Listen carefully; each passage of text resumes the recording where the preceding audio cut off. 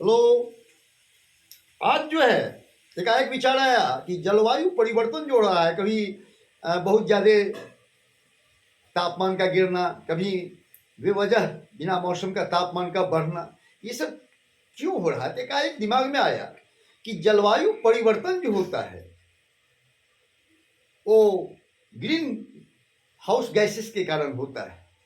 और इसके लिए एक नया टेक्निकल टर्म आया है, कार्बन फुट प्रिंटिंग या कार्बन फुटप्रिंट्स। तो कार्बन फुटप्रिंट्स क्या है, अब फुट शब्द क्यों आया? तो देखिए, पैर है, पैर ऐसे ही होता है नहीं जी, पैर ऐसे होता है, पैर ऐसे हुआ,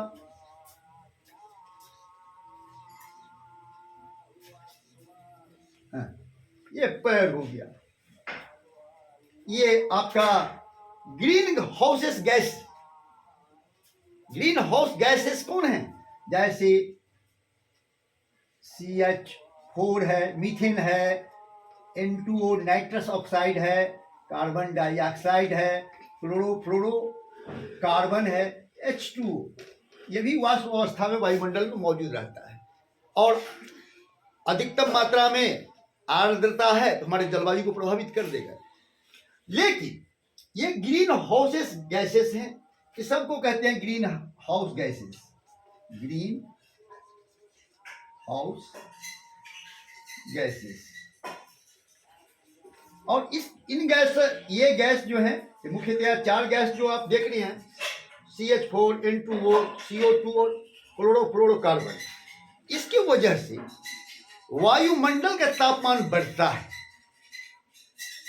और वायुमंडल का तापमान जो है ह्यूमिडिटी को भी प्रभावित करता है। तो वैश्विक तापन के दौर से हम गुजर रहे हैं, ग्लोबल वार्मिंग जिसको कहते हैं। तो ग्रीन हाउस गैसेस का उत्सर्जन को हम मुख्यतया कार्बन फुटप्रिंट्स में कार्बन डाइऑक्साइड के इक्विवेलेंट से मापते हैं। किसके? इन गैसों के उत्सर्जन को कार्बन डाइऑक्साइड के समतुल्य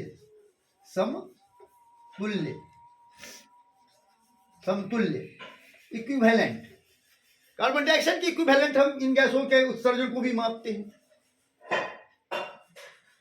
अब प्रश्न उठता है कि ये गैसेस जो आ रही हैं तो हमारे मानवीय गतिविधि की क्या वजह से हो रहा है?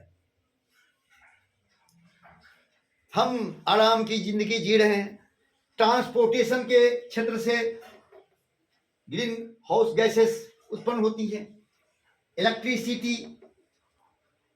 ट्रांसपोर्ट, आपका रिसाइकलिंग, गार्बेज डिस्पोजल,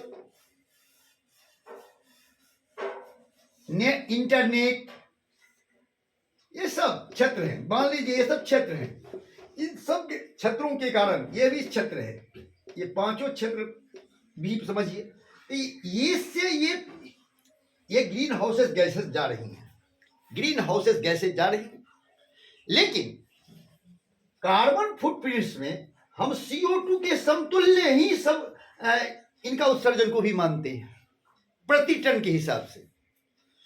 तो इसको देखकर हम ये तुलनात्मक अध्ययन करते हैं कि ये जो ग्रीन हाउस गैसेस जो CO2 के समतुल्य है वो किस मानवीय गतिविधि से, किस क्षेत्र से, किस इंडस्ट्री से कितना योगदान वायुमंडल में है। यानी यदि कार्बन फुटप्रिंट्स तो CO2 के समतुल्य टन में मापा जाता है, टन। तो इसकी मात्रा अगर बढ़ रही है तो ग्लोबल वार्मिंग की ओर बढ़ रहे हैं, जलवायु परिवर्तन की दिशा में बढ़ रहे हैं। तो हम तो तुलना करेंगे, जो तुलनात्मक अध्ययन करते हैं कार्बन फुटप्रिंट से या पैर के चिन्ह जैसा बनाकर, तो किस क्षेत्र से कितना योगदान ग्रीन हाउस गैसेस का हो रहा है, ट्रांसपोर्ट के क्षेत्र से कितना हो रहा है, इंटरनेट के क्षेत्र से कितना हो रहा है, रिसाइकलिंग के क्षेत्र से कितना होता है, वाटर फॉरेस्ट्री डिफॉरेस्टेशन से कितना आ रहा है, इंटरनेट से कितना बढ़ रहा है, इलेक्ट्रिसिटी से कितना हो रहा है, इस सब का तुलनात्मक कितना परसेंट कौन कंट्रीब्यूट कर रहा है कार्बन फुटप्रिंट को बढ़ाने में, जो कार्बन डाइऑक्साइड के समतुल्य होता है, और उसमें टन के प्रति टन के हिसाब से, पर टन के हिसाब से इसको हम मापते हैं। फिर एक बात आ जाती है, जो इसका नाम, ये तुलनात्मक अध्ययन के लिए, तुलनात्मक अध्ययन से एक फायदा ये भी है कि हम किस क्षेत्र में ग्रीन हाउस गैस के इमिशन को कंट्रोल करें ताकि मेरा काम भी चल जाए और ग्लोबल वार्मिंग भी ना हो। तो ये सब इसीलिए इसको डिजाइन किया गया है, नाम दिया गया है कार्बन फुटप्रिंट्स। जिस तरह से शिकारी जो है बाघ के पैर को देखकर बाघ किधर जा रहा है उसको जानता है, उसी तरह से हम कार्बन फुटप्रिंट्स को देखकर हम यह समझ सकते हैं कि हमारा जलवायु जो है किस दिशा की ओर जा रहा है, कितना बदलाव में जा रहा है, कितना बदलाव में हम जा रहे हैं, कितना बदल रहे हैं, किस दिशा में बढ़ रहे हैं।